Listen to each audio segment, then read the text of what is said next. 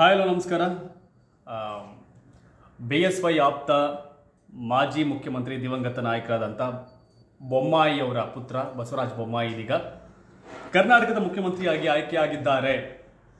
BJP ಶಾಸಕಾಂಗ ಪಕ್ಷದ ಸಭೆ ಬೆಂಗಳೂರಿನ ಖಾಸಗಿ ಹೋಟೆಲ್ ನಡೆಯಿತು. ಆ ಸಭೆಯಲ್ಲಿ ಯಡಿಯೂರಪ್ಪ, ಮಾಜಿ ಮುಖ್ಯಮಂತ್ರಿ, ಹಂಗಾಮಿ ಮುಖ್ಯಮಂತ್ರಿ ಯಡಿಯೂರಪ್ಪ ಬಸವರಾಜ ಬೊಮ್ಮಾಯಿ ಅವರ ಹೆಸರನ್ನು ಹೇಳಿದ್ರು. ಅದಕ್ಕೆ ಅನುಮೋದನೆಯನ್ನು ಉಳಿದ ನಾಯಕರು ಕೊಟ್ಟರು. ಇದೀಗ ಕರ್ನಾಟಕದ ಮುಂದಿನ ಮುಖ್ಯಮಂತ್ರಿಯಾಗಿ ಬಸವರಾಜ ಬೊಮ್ಮಾಯಿ ಅಧಿಕೃತವಾಗಿ ಆಯ್ಕೆಯಾಗಿದ್ದಾರೆ.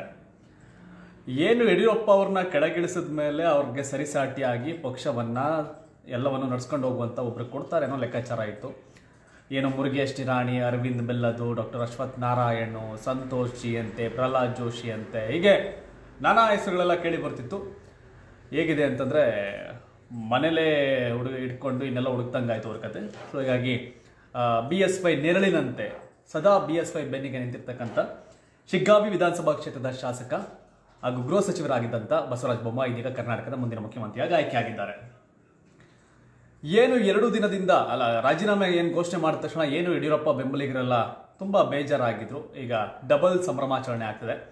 ಯಡಿಯೂರಪ್ಪ ಅವ್ರನ್ನ ಕೆಳಗಿಳಿಸಿ ಮೀಸೆ ತಿರುಗುತ್ತಿದ್ದ ನಾಯಕರೆಲ್ಲ ಈಗ ಮತ್ತೆ ನೆಲಕ್ಕೆ ಬಿದ್ದಿದ್ದಾರೆ. ಕಾರಣ ಇಷ್ಟೇ, ಯಾಕೆಂದರೆ ಬಸವರಾಜ ಬೊಮ್ಮಾಯಿ ಬೇರೆಯಲ್ಲ, ಯಡಿಯೂರಪ್ಪ ಬೇರೆಯಲ್ಲ ಅನ್ನೋ ವಾತಾವರಣ ರಾಜ್ಯದಲ್ಲಿದೆ.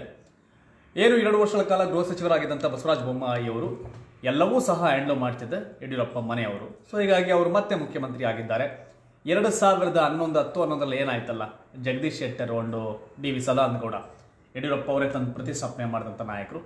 ಸೇಮ್ ಕತೆ ಈಗಲೂ ಆಗಿದೆ. ಹಾಗಾಗಿ BJPಯಲ್ಲಿ ಏನೋ ಬದಲಾವಣೆ ಆಗ್ಬಿಡುತ್ತೆ, ಕ್ರಾಂತಿ ಆಗ್ಬಿಡುತ್ತೆ, ರೆವಲ್ಯೂಷನ್ ಆಗ್ಬಿಡುತ್ತೆ, ಪಾರ್ಟಿ ಉದ್ಧಾರ ಆಗ್ಬಿಡುತ್ತೆ, ಹಂಗಾಗ್ಬಿಡುತ್ತೆ, ಹಿಂಗಾಗ್ಬಿಡುತ್ತೆ ಅಂತೆಲ್ಲ ಏನೂ ಆಗೋದಿಲ್ಲ.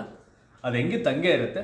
ಆದರೆ ಕಾಂಗ್ರೆಸ್ ನಾಯಕರಿಗೆ 2023ಕ್ಕೆ ಅಧಿಕಾರವನ್ನು ತಟ್ಟೆಯಲ್ಲಿಟ್ಟು ಕೊಟ್ಟಂತಾಗಿದೆ ಅಷ್ಟೇ. ಇನ್ನೇ ಯಾಕಂದರೆ ನಿಮಗೆ ಗೊತ್ತಿರಲಿ, ಅದು ಬೇರೆ ಇನ್ನೊಂದು ಸುದ್ದಿ ಬರ್ತದೆ, ಇನ್ನೂ ಅಧಿಕೃತ ಅಲ್ಲ. ಏನು ವಿಷಯ ಅಂತಂದರೆ ಗೋವಿಂದ ಕಾರಜೋಳ, ಒಂದು MLA ಗೆಲ್ಲಿಸಿಕೊಳ್ಳಲು ಸಾಧ್ಯವಾಗದಂಥ DCM ನಮ್ಮಲ್ಲಿದ್ದರು. ಗೋವಿಂದ ಕಾರಜೋಳ ಮತ್ತೆ DCM ಅಂತೆ. ಪದ್ಮನಾಭ ನಗರ ಬಿಟ್ಟು ಪಕ್ಕದ ವಾರ್ಡ್ಗೂ ಹೋಗದೇ ಇರುವಂಥ ನಾಯಕ ಬೆಂಗಳೂರಿನ ಸಾಮ್ರಾಟ್ ಆರ್ ಅಶೋಕ್ DCM ಅಂತೆ. ಮತ್ತೆ ಆದರೆ ರಾಮುಲು ಅವರೊಬ್ಬರು DCM ಮಾಡ್ತಾರೆ ಅಂತ ಹೇಳ್ತಾರೆ. ಇಟ್ಸ್ ಗುಡ್, ಬಿಕಾಸ್ ಆಫ್ ಕಳೆದ ಚುನಾವಣೆಯ ಸಂದರ್ಭದಲ್ಲಿ ರಾಮುಲು ಮತ್ತು ಯಡಿಯೂರಪ್ಪ ಇಬ್ಬರು ಸಹ ಕಾಲಿಗೆ ಚಕ್ರ ಕಟ್ಟಿಕೊಂಡವರಂತೆ ರಾಜ್ಯವ್ಯಾಪಿ ಪ್ರವಾಸ ಮಾಡಿ ಪ್ರಚಾರ ಮಾಡಿ ಪಕ್ಷವನ್ನು 106 ಸ್ಥಾನಕ್ಕೆ ತಂದು ನಿಲ್ಲಿಸಿದ್ರು. ಸೊ ಹಾಗಾಗಿ ರಾಮುಲುಗೆ DCM ಸ್ಥಾನ ಕೊಡ್ತಾ ಇದ್ದಾರೆ. ಅವರಿಗೆ ಅರ್ಹತೆ ಇತ್ತು, ಕೊಟ್ಟಿರಲಿಲ್ಲ, ಈಗ ಕೊಡ್ತಿದ್ದಾರೆ, ಒಳ್ಳೆ ವಿಷಯ. ಆದರೆ ಬಸವರಾಜ ಬೊಮ್ಮಾಯಿ CM ಮಾಡಿದ್ದು ಏನೋ ಇನ್ನೂ 20 ವರ್ಷ ಪಕ್ಷವನ್ನು ರಾಜ್ಯದಲ್ಲಿ ಗಟ್ಟಿಯಾಗಿ ಬೇರೂರುವಂತೆ ಮಾಡುವ ನಾಯಕರಿಗೆ ಅವಕಾಶ ಕೊಡ್ತಾರೆ ಅಂತೇನೋ ಇದ್ವಲ್ಲ, ಅದ್ಯಾವುದೂ ಸಾಧ್ಯ ಆಗಲಿಲ್ಲ. ಹೇಗೆ ಮತ್ತೊಮ್ಮೆ ಯಡಿಯೂರಪ್ಪ ನೆರಳು, ಯಡಿಯೂರಪ್ಪ ಅವರ ರಿಮೋಟ್ ಕಂಟ್ರೋಲ್. ಬೊಮ್ಮಾಯಿ ಈಗ ರಾಜ್ಯದ ಮುಖ್ಯಮಂತ್ರಿ. BJPಗರ ಏನು ಭಾಳ ಬದಲಾವಣೆ ಆಗುತ್ತೆ, ಯಂಗ್ಸ್ಟರ್ಗಳು ಬರ್ತಾರೆ, ಅವೇನೋ ಅವು ಇವು ಮಣ್ಣು ಮಸಿ ಅನ್ನೋ ಚರ್ಚೆಗಳಾಗ್ತಿತ್ತು, ನಾವು ಮಾತನಾಡ್ತಿದ್ವಲ್ಲ, ಅದ್ಯಾವುದು ಇಲ್ಲಿ ಸಾಧ್ಯವಾಗೋದಿಲ್ಲ ಅಂತ ಗೊತ್ತಾಗಿದೆ. ಒನ್ಸ್ ಅಗೇನ್ ರಾಷ್ಟ್ರ ರಾಜಕಾರಣದಲ್ಲಿ ನಾವೇ ಕಿಂಗ್ ಮೇಕರ್ಗಳು, ಸೂಪರ್ ಸ್ಟಾರ್ಗಳು, ಸ್ಟ್ರಾಂಗು, ಹುಲಿ, ಸಿಂಹ, ಚಾಣಕ್ಯ, ಪಾಣಕ್ಯ ಅಂತೇನೋ ಚರ್ಚೆ ಆಗ್ತಿದ್ವಲ್ಲ, ಅದ್ಯಾವುದು ರಾಜ ಹುಲಿ ಮುಂದೆ ನಡೀಲಿಲ್ಲ ಅನ್ನೋದು ಸಾಬೀತಾಗಿದೆ. ಯಡಿಯೂರಪ್ಪ ಅವ್ರನ್ನ CM ಸ್ಥಾನದಿಂದ ಕೆಳಗಿಳಿಸಿದರೂ ಸಹ ಯಡಿಯೂರಪ್ಪ ಅವರ ಆಸೆಯಂತೆ ಅವರು ಮೊದಲು ಹೆಸರನ್ನು ಪ್ರಸ್ತಾಪ ಮಾಡಿದರೆ ಬಸವರಾಜ ಬೊಮ್ಮಾಯಿ. ನಾನು ಹೇಳಿದ್ಮೇಲೆ ಬಸವರಾಜ ಬೊಮ್ಮಾಯಿ ಮಾಡಿ, ಇದನ್ನು ಅಶೋಕ್ ಮಾಡಿ ಅಂತ ಸಂಪೂರ್ಣವಾಗಿ ಯಡಿಯೂರಪ್ಪ ಅವ್ರಿಗೆ ಶರಣಾದಂತೆ ಕಾಣ್ತಿದೆ. ಆದರೆ ಪಕ್ಷವನ್ನು ಉದ್ಧಾರ ಮಾಡ್ತೀವಿ ಅಂತ ಕಾರಣ ಕೊಟ್ಟು CM ಚೇಂಜ್ ಮಾಡಿದಂಥ ಹೈಕಮಾಂಡ್ ನಾಯಕರು ಹೆಂಗಿದೆ ಅಂತಂದರೆ ಮತ್ತದೇ ಸನ್ನಿವೇಶವನ್ನು ತಂದುಕೊಂಡಿದ್ದಾರೆ. ಆರ್ ಅಶೋಕ್, ನಾನಾಗಲೇ ಹೇಳಿದೆ, ಮಂಡ್ಯ ಉಸ್ತುವಾರಿ ಸಚಿವರಾಗಿ ಮಂಡ್ಯಕ್ಕೆ ಹೋದಾಗಲೂ ಆರ್ ಅಶೋಕ್ ಹೇಳೋದು ಇಲ್ಲಿ ಮೀನು ಎಲ್ಲಿ ಸಿಗುತ್ತೆ, ನಾಟಿ ಕೋಳಿ ಸಾಂಬಾರು ಎಲ್ಲಿ ಸಿಗುತ್ತೆ ಅಂತ.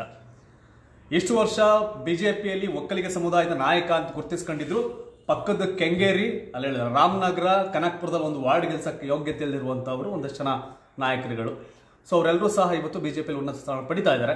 ಬಟ್ ಈ ಬೆಳವಣಿಗೆ, ಇವತ್ತಿನ ಬೆಳವಣಿಗೆ BJPಗೆ ಪೂರಕವಾಗಿಲ್ಲ. ಬಟ್ ಯಡಿಯೂರಪ್ಪ ಕಡೆಯವ್ರಿಗಂತೂ ಫುಲ್ ಖುಷ್. ಯಡಿಯೂರಪ್ಪ ಮಾತ್ರ CM ಸ್ಥಾನದಿಂದ ಕೆಳಗಡೆ ಹೇಳ್ತಿದ್ದಾರೆ. ತಮ್ಮ ಯಡಿಯೂರಪ್ಪ ಅಂಡ್ ಟೀಮ್ನ ಸಾಮ್ರಾಜ್ಯ ಮತ್ತದೇ ರೀತಿಯಲ್ಲಿ ಮುಂದುವರಿಯಲಿದೆ. 2023ಕ್ಕೆ ಕಾಂಗ್ರೆಸ್ ನಾಯಕರಿಗೆ ಅಧಿಕಾರವನ್ನು ತಟ್ಟೆಯಲ್ಲಿಟ್ಕೊಟ್ಟಂಗಾಗಿದೆ. ಯಾಕೆಂದರೆ BJPಯ ಬೆಳವಣಿಗೆ ಆ ರೀತಿ ಇದೆ. DCM ಸ್ಥಾನದಲ್ಲಿ ಅಂದರೆ ಇನ್ನೂ ಅಧಿಕೃತವಾಗಿ ಹೇಳಿಲ್ಲ. DCMಲ್ಲಿ ಕಾರಜೋಳ ಅವ್ರನ್ನ ಮುಂದುವರಿಸ್ತೀವಿ, ಅಶೋಕ್ನ ತರ್ತೀವಿ, ಸೌದಿ ನಿಲ್ಲಿಸ್ತೀವಿ, ಅಶ್ವಥ್ ನಾರಾಯಣ್ ನಿಲ್ಲಿಸ್ತೀವಿ ಅಂತ. ಆಗಲೇ ಅವರೆಲ್ಲ ಮಾಜಿಗಳಾಗ್ಬಿಟ್ಟಿದ್ದಾರೆ, ಅದು ಬೇರೆ ವಿಷಯ. ಮತ್ತೆ ಹೊಸ ಸೇರಿಸ್ಕೊಳ್ಳೋದ್ರ ಬಗ್ಗೆ ನಾವು ಯೋಚನೆ ಮಾಡಬೇಕಾಗತ್ತೆ. ಸೊ ಈಗ BJPಯ ಸನ್ನಿವೇಶ ಏನೂ ಇಲ್ಲ, ಏನು ಫುಲ್ಲು ಒಂದು ಯಡಿಯೂರಪ್ಪ ಕಡೆಯವ್ರು ಕಣ್ಣೀರು ಹಾಕಿದ್ದು, ಅವ್ರ ವಿರೋಧಿಗಳು ಸಂಭ್ರಮ ಮಾಡಿದ್ದು, ಇದೆಲ್ಲ ಬರೀ 24 ಅವರ್ ಆಟ ಆಗೋಯ್ತು. ಮತ್ತದೇ ಯಡಿಯೂರಪ್ಪ ಟೀಮ್ ಸಂಭ್ರಮಾಚರಣೆ, ಯಡಿಯೂರಪ್ಪ ವಿರೋಧಿಗಳ ಶೋಕಾಚರಣೆ. ಕಾಂಗ್ರೆಸ್ನವರು full meals, they are ready to next ಚುನಾವಣೆನ ಗೆದ್ದೇ ಬಿಟ್ವಿ ಅಂತ ಬೀಗ್ತಿದ್ದಾರೆ. ಯಾಕೆಂದರೆ ಬೊಮ್ಮಾಯಿ ಅವ್ರನ್ನ CM ಮಾಡಿದ್ದು, ಜೊತೆಗೆ 3 DCM ಹೆಸರುಗಳು. ಗೋವಿಂದ ಕಾರಜೋಳ ಕೋವಿಡ್ ಟೈಮಲ್ಲಿ ಮನೆಯಿಂದ ಹೊರಗಡೆ ಬರಲಿಲ್ಲ ಅವರು. ಗೋವಿಂದ ಕಾರಜೋಳ ಕೋವಿಡ್ ಟೈಮಲ್ಲಿ ಮನೆಯಿಂದ ಹೊರಗಡೆ ಬರಲಿಲ್ಲ. ಪಕ್ಷ ಸಂಘಟನೆಗಂತೂ ಅವ್ರಿಗೆ 4 ಆಣೆ ಕೊಡುಗೆ ಇಲ್ಲ. ದಲಿತ ನಾಯಕ ಅಂತ ಫೋಕಸ್ ಆಗ್ತಾರೆ. ಬಟ್ BJPಲಿ ಇನ್ನೂ ಸಹ ಆಕ್ಟಿವ್ ದಲಿತ ನಾಯಕರು ಇದ್ರು. ಹೊಳಲ್ಕೆರೆ ಚೆನ್ನಪ್ಪಂಗೆ ಕೊಟ್ಟಿದ್ರು, ಏನು ಬೇಜಾರಿರಲಿಲ್ಲ. ಇಲ್ಲ ಅರವಿಂದ್ ಲಿಂಬಾವಳಿ ಕೂಡ ಇದ್ರು, ದಲಿತ ನಾಯಕರು ಕೊಡ್ಬೋದಾಗಿತ್ತು, ಬೇಜಾರಿರಲಿಲ್ಲ. ಬಟ್ ಆರ್ ಅಶೋಕ್ BJP ಮಟ್ಟಿಗೆ ಯಾರಾದರೂ ಒಂದಷ್ಟು ಜನ ಕರಿತಿರ್ತಾರೆ ಕಾಮನ್ ಆಗಿ ವೇಸ್ಟ್ ಪರ್ಸನ್ಗಳು ಪಕ್ಷದಲ್ಲಿ ಅಂತ. ಹಾಗೆ ಪಕ್ಷಕ್ಕೆ ಯಾವುದೇ ರೀತಿಯ ಕೊಡುಗೆ ನೀಡದೆ ತನ್ನನ್ನು ತಾನು ಬೆಳೆಸಿಕೊಂಡು ಹೋಗುವಂಥ ಬೆಳ್ಕೊಂಡು ಹೋಗುವಂಥ ನಾಯಕರ ಲಿಸ್ಟಲ್ಲಿ ಆರ್ ಅಶೋಕ್ ಎತ್ತಿದ ಕೈ. ಬಟ್ ಅಶ್ವಥ್ ನಾರಾಯಣ್ DCM ಆದಮೇಲೆ ಎಷ್ಟೊಂದು ಸ್ವಲ್ಪ ಪಾರ್ಟಿ ಲಿಟಲ್ ಬಿಟ್ ಇಮೇಜನ್ನು ಬಿಲ್ಡ್ ಮಾಡೋ ಕಡೆ ಗಮನ ಕೊಟ್ಟಿದ್ರು. ಬಟ್ ಅದಿಲ್ಲ. ಇನ್ನು DCM 3 ಹೆಸರು ಇನ್ನೂ ಅಧಿಕೃತ ಆಗಿಲ್ಲ. ಬಟ್ ಆದರೆ ಮಾಧ್ಯಮದಲ್ಲಿ ಬ್ರೇಕಿಂಗ್ ಹಾಕೊಂಡು ಹೋಗ್ತಿದ್ದಾರೆ. ಗೋವಿಂದ ಕಾರಜೋಳ, ಆರ್ ಅಶೋಕ್ ಅಂಡ್ ರಾಮುಲು ಅಂತ. ಸೊ ಹೀಗಾಗಿ BJP ಹಣೆಬರ ಇಲ್ಲಿ ಕಾಣ್ತಿದೆ. ನಾನಾಗಲೇ ಒಂದು ಹೆಸರು ಆಗಲೇ ಹೇಳಿದೆ, ದಲಿತ ಕೋಟಾದಡಿ ಕುಡುಚಿಯ P ರಾಜೀವ್ ಜೊತೆಗೆ ಅರವಿಂದ್ ಲಿಂಬಾವಳಿ ಇಬ್ರು ಸಹ ಕೇಪಬಲ್. ಕುರ್ಚಿ P ರಾಜೀವ್ ಕೊಟ್ಟಿದ್ರೆ ಒಂದು ಸ್ವಲ್ಪ ಇನ್ನೂ ಪಾರ್ಟಿಗೆ ಇಮೇಜ್ ಬಂದಿರೋದು. ಜೊತೆಗೆ ಪ್ರಮುಖವಾಗಿ ಯಂಗ್ಸ್ಟರ್ಗಳಾಗಲೇ ಕಲಬುರಗಿಯ ದತ್ತಾತ್ರೇಯ ಪಾಟೀಲ್ ರೇಬೂರು, ಹರೀಶ್ ಪೂಂಜಾ ಅಂಡ್ ಚಂದ್ರಕಾಂತ್, ಇವ್ರು ಯಾರು ಅರವಿಂದ್ ಬೆಲ್ಲದ್ದು, ಇಲ್ಲಿ ಬೆಂಗಳೂರು ಬಂದಾಗ ರವಿ ಸುಬ್ರಹ್ಮಣ್ಯ, ಹಿಂಗೆ ಯಾರ ಯಂಗ್ಸ್ಟರ್ MLAಗಳು ಒಂದು ಅವಕಾಶ ಕೊಟ್ಟರೆ ಅವ್ರಿಗೊಂದು ವೇಟೇಜ್ ಜಾಸ್ತಿ ಆಗಿರೋದು. ಬಟ್ BJPಯಲ್ಲಿ ಭಾರಿ ಕ್ರಾಂತಿ ಆಗ್ಬಿಡ್ತು, ಭಾರಿ ಬದಲಾವಣೆ ಆಗ್ಬಿಡ್ತು, ಹೈಕಮಾಂಡ್ ಭಾರಿ ಸ್ಕೆಚ್ ಹಾಕ್ಬಿಡ್ತು, ಹೈಕಮಾಂಡ್ ಹಂಗೆ ಮಾಡಿಬಿಡ್ತು ಹಿಂಗೆ ಮಾಡಿಬಿಡ್ತು ಅಂತ ಏನು ಬಿಟ್ಟಿದ್ದು ಎಲ್ಲರೂ. ಬಟ್ ಫೈನಲಿ ಏನೂ ಮಾಡಲಿಲ್ಲ. ಯಡಿಯೂರಪ್ಪ ಮುಂದೆ ಬಾಲ ಮುದ್ರುಕೊಂಡು ಮತ್ತೆ ಹಿಂಗೆ ಕೈ ಕಟ್ಕೊಂಡು ಹೈಕಮಾಂಡ್ ಕೂತ್ಕೋತು. ಸೊ ಇವತ್ತಿನ ಏನು ಡೆವಲಪ್ಮೆಂಟ್ ಇದೆಯಲ್ಲ, BJP ನಾಯಕರಿಗೆ, BJPಯ ಭವಿಷ್ಯಕ್ಕೆ ಇದು ಒಳ್ಳೇದಲ್ಲ. ಯಾಕೆ ಒಳ್ಳೇದಲ್ಲ ಅಂತಂದರೆ, DK ಶಿವಕುಮಾರ್ KPCC ಅಧ್ಯಕ್ಷ, JDSನ ಕುಮಾರಸ್ವಾಮಿ ಸಿದ್ದರಾಮಯ್ಯ ಅವರ ವಿರುದ್ಧ ಕಂಟೆಂಟ್ ಇಟ್ಕೊಂಡು, ವಿಷಯ ಇಟ್ಕೊಂಡು ತೊಡೆತಟ್ಟಿ ನಿಲ್ಲುವಂಥ ರಾಜಕಾರಣಿಗಳಿಗೆ ಅವಕಾಶ ಕೊಡಬೇಕಾಗಿತ್ತು. ಎಲ್ಲರ ಹೆಗಲ ಮೇಲೆ ಕೈ ಹಾಕಿ ಅಣ್ಣ ತಮ್ಮ ಅನ್ಕೊಂಡು ರಾಜಕಾರಣ ಮಾಡೋರ ಮುಂದೆ ಅಂದರೆ ಆ ಕಡೆ ಸಿದ್ದರಾಮಯ್ಯ ಅಂತವ್ರು ಇದ್ರೆ ಆ ಥರ ಮಾಡಿದ್ರೆ ಅರ್ಥ ಆಗೋದು. DK ಶಿವಕುಮಾರ್ ಮಾತೆತ್ತರೆ ಹೊಡಿರ್ಲಾ ರಾಜಕಾರಣ, ಲೈಕ್ ಭಾಳ ರೆಬಲ್ ರಫ್ ಅಂಡ್ ಟಫ್ ರಾಜಕಾರಣಿ DK ಶಿವಕುಮಾರ್. ಕುಮಾರಸ್ವಾಮಿ ಅವ್ರದೇ ಸ್ಟ್ರಾಟಜಿಗಳು ಬೇರೆ. ಇಂಥ ನಡುವೆ ಒಂದು ಸಾಫ್ಟ್ ಹ್ಯಾಂಡ್ಗೆ ಯಡಿಯೂರಪ್ಪ ಅವರೇ ಅಂದರೆ ಬೊಮ್ಮಾಯಿ ಅಂದ್ರಲ್ಲಿ ಏನು ಹೊಸದೇನು ಕಾಣದೇ ಇಲ್ಲ. ಸೇಮ್ ಯಡಿಯೂರಪ್ಪ ಆಡಳಿತ ಏನು ಸೇಮ್ ಕತೆ, ಅಲ್ಲೇನು ಹೊಸ ರೆವಲ್ಯೂಷನ್ ಆಗ್ಬಿಡುತ್ತೆ ಅಂತೇನಿಲ್ಲ. ಸೊ ಆದರೆ ಉಳಿದ 20 ತಿಂಗಳು ತನ್ನನ್ನು ಇಂಡಿಪೆಂಡೆಂಟ್ ಆಗಿ ಸ್ವತಂತ್ರವಾಗಿ ಸೂಪರ್ ಸ್ಟಾರ್ ಅಂತ ಫೋಕಸ್ ಮಾಡ್ಕೊಂಡ್ರೆ ಆಡಳಿತ ಕೊಟ್ಟರೆ ಅವಕಾಶ ಆಗುತ್ತೆ. ಇಲ್ಲ ಅಂತಂದರೆ 2023ಕ್ಕೆ ಕರ್ನಾಟಕದಲ್ಲಿ ಕಾಂಗ್ರೆಸ್ ಅಧಿಕಾರಕ್ಕೆ ಬರಲು ತೆರೆದ ಬಾಗಿಲಲ್ಲಿ ದೊಡ್ಡದಾಗಿ ವೆಲ್ಕಮ್ ಮಾಡ್ದಂಗೆ ಆಗುತ್ತೆ. ಇಷ್ಟೇ ವಿಷಯ. BJP ಯುವಕರಿಗೆ ಅವಕಾಶ ಕೊಡುತ್ತೆ, ಯಂಗ್ಸ್ಟರ್ ಅವಕಾಶ ಕೊಡುತ್ತೆ ಅನ್ನೋ ಲೆಕ್ಕಾಚಾರಗಳಿದ್ದು ಅವ್ಯಾವುದೂ ಕೂಡ ಆಗುವಂಥ ಲಕ್ಷಣಗಳು ಈ ವಿಚಾರದಲ್ಲಿ ಗೋಚರಿಸಿಲ್ಲ.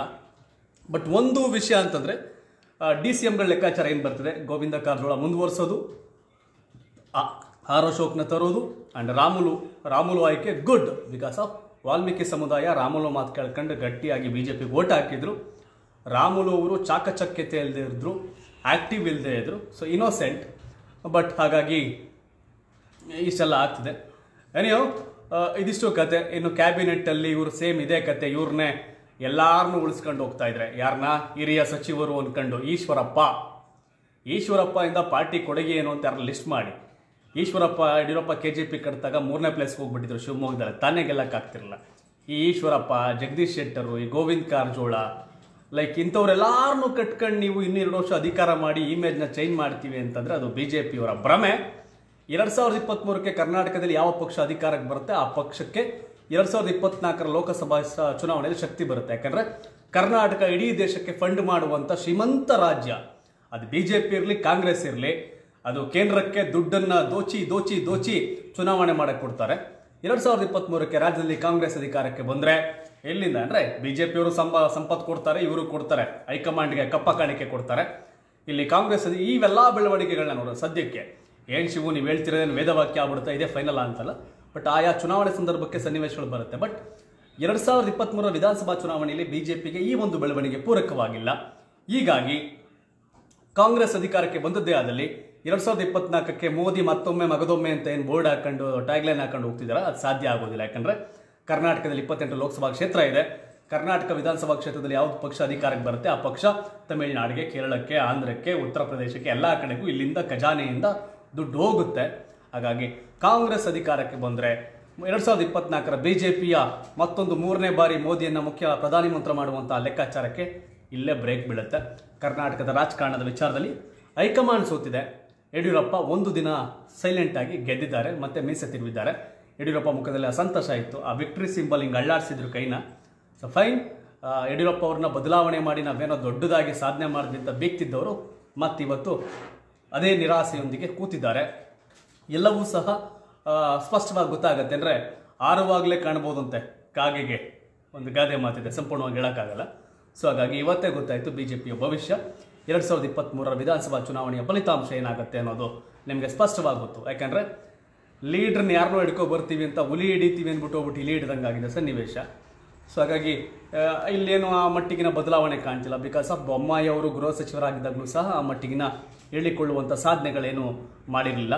BJP ಅಂತ ಆ ದಿಸಲೇನೋ ಅಗ್ರೆಸಿವ್ ಬೇಕಲ್ಲ ಲೀಡ್ರಿಗೆ, ಅಗ್ರೆಸಿವ್ ಇಲ್ಲ. ಯಾಕಂದರೆ ಕಾಂಗ್ರೆಸ್ನಲ್ಲಿ ಸಿದ್ದರಾಮಯ್ಯ ಅಂತ ಗಟ್ಟಿಗ, DK ಶಿವಕುಮಾರ್ ಅಂತ ಹೊರಟು ನಾಯಕ ಇರಬೇಕಾದ್ರೆ ಇಲ್ಲಿ ಕುತ್ಕೊಂಡು ಬನ್ನಿ ಸ್ವಾಮಿ ಹೋಗಿ ಸ್ವಾಮಿ ಅಂದ್ಕೊಂಡಿರೋರನ್ನ ರಾಜಕಾರಣ ಮಾಡಿದ್ರೆ BJP ಆಗಲ್ಲ.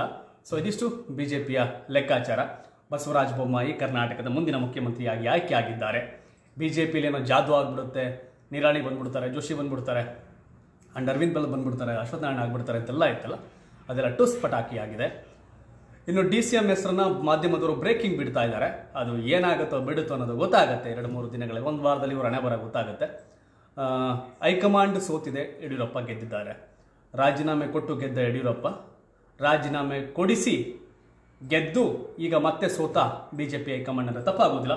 ಇದಿಷ್ಟು ಇವತ್ತಿನ ರಾಜಕಾರಣದ ಲೆಕ್ಕಾಚಾರ. ಯಾಕಂತಂದ್ರೆ ನಾನು ಆಗಲೇ ಹೇಳಿದೆ ನಿಮಗೆ, ಕುಮಾರಸ್ವಾಮಿ ಅವ್ರನ್ನ, DK ಶಿವಕುಮಾರ್ ಅವ್ರನ್ನ, ಸಿದ್ದರಾಮಯ್ಯ ಅವ್ರನ್ನ ಒಂದೇ ಕಡೆ ಟೇಬಲ್ ಕುಟ್ಟಿ ಅವ್ರನ್ನ ಕಟ್ಟಾಕುವಂಥ ತಾಕತ್ತು ಈಗಿರೋ ಘೋಷಣೆ ಮಾಡಿರೋ ನಾಯಕರಿಗಿಲ್ಲ. ಅದು ಬೇಕಿತ್ತು, ಅದಾಗಲಿಲ್ಲ. ಸೊ BJP ಅವ್ರ ಹಣೆ ಬರ ಇಷ್ಟೇ ಅಂದ್ಕೊಂಡು ಹೋಗ್ಬೇಕಾಗತ್ತೆ. ಬಟ್ ನಾನಾಗಲೇ ಹೇಳಿದೆ ನಿಮಗೆ, ನಮ್ಮಲ್ಲಿ ಇಷ್ಟೇ ಸ್ಟ್ರೆಂತ್ ಇದ್ರು 100 ಕುರಿ ಕಾಯೋಕ್ಕೆ ಒಂದು ಹುಲಿ ಬಿಟ್ಟರೆ ಆ ಹುಲಿ ನೋಡಿ ಉಳಿದವ್ರು ಎದುರಿಕತ್ತಾರೆ. 100 ಹುಲಿ ಕಾಯೋಕ್ಕೆ ಒಂದು ಕುರಿ ಬಿಟ್ಟರೆ ಅದನ್ನು ಆಟ ಆಡಿಸ್ಬಿಡ್ತಾರೆ ಮುಂದಿರೋರು. ಇದೇ ಆಗಿರೋದು. BJP ಕಾರ್ಯಕರ್ತರು ಜಾಸ್ತಿ ಇರ್ಬೋದು, MLAಗಳು ಜಾಸ್ತಿ ಇರ್ಬೋದು, ಸ್ಟ್ರೆಂತ್ ಇರ್ಬೋದು, ಮೇಲ್ಗಡೆ ಮೋದಿ ಕೂತಿರ್ಬೋದೇನೋ, ಏನೇ ಇದ್ದರೂ ಸಹ ಇಲ್ಲಿ ಅದನ್ನು ಲೀಡ್ ಮಾಡುವಂಥವ್ರು ಯಾರು ಅನ್ನೋದ್ರ ಮೇಲೆ ಎಲ್ಲ ನಿರ್ಧಾರ ಆಗುತ್ತೆ. ಹಾಗಾಗಿ ಹುಲಿಗಳನ್ನ ತೋಳ ಕಾಯ್ದಂಗಾಯಿತು. ಹಾಗಾಗಿ ಏನೂ ಆಗೋದಿಲ್ಲ. ಲೈಕ್ ಅಂದರೆ ಏನೂ ಆಗಲ್ಲ. ಅದು ಲೀಡರ್ಶಿಪ್ ಅಂದಾಗ ಸಿದ್ದರಾಮಯ್ಯಗೆ, DK ಶಿವಕುಮಾರ್ಗೆ, HD ಕುಮಾರಸ್ವಾಮಿ ಅವ್ರನ್ನ ಸಮರ್ಥವಾಗಿ ನಿಭಾಯಿಸುವಂಥ ಒಬ್ಬ ನಾಯಕ ಈ ಕಡೆ ಬೇಕಾಗಿತ್ತು. ಈಗ ಕಾಂಗ್ರೆಸ್ ಅವರು ಒಳ್ಳೊಳ್ಳೆ ನಗ್ತಿರ್ತಾರೆ, ಸೆಲೆಬ್ರೇಷನ್ ಶುರುವಾಗಿದೆ ಕಾಂಗ್ರೆಸ್ಸಲ್ಲಿ. JDSಗೆ ಲಿಟಲ್ ಬಿಟ್ ಕನ್ಫ್ಯೂಷನ್ಸ್ ಇದೆ.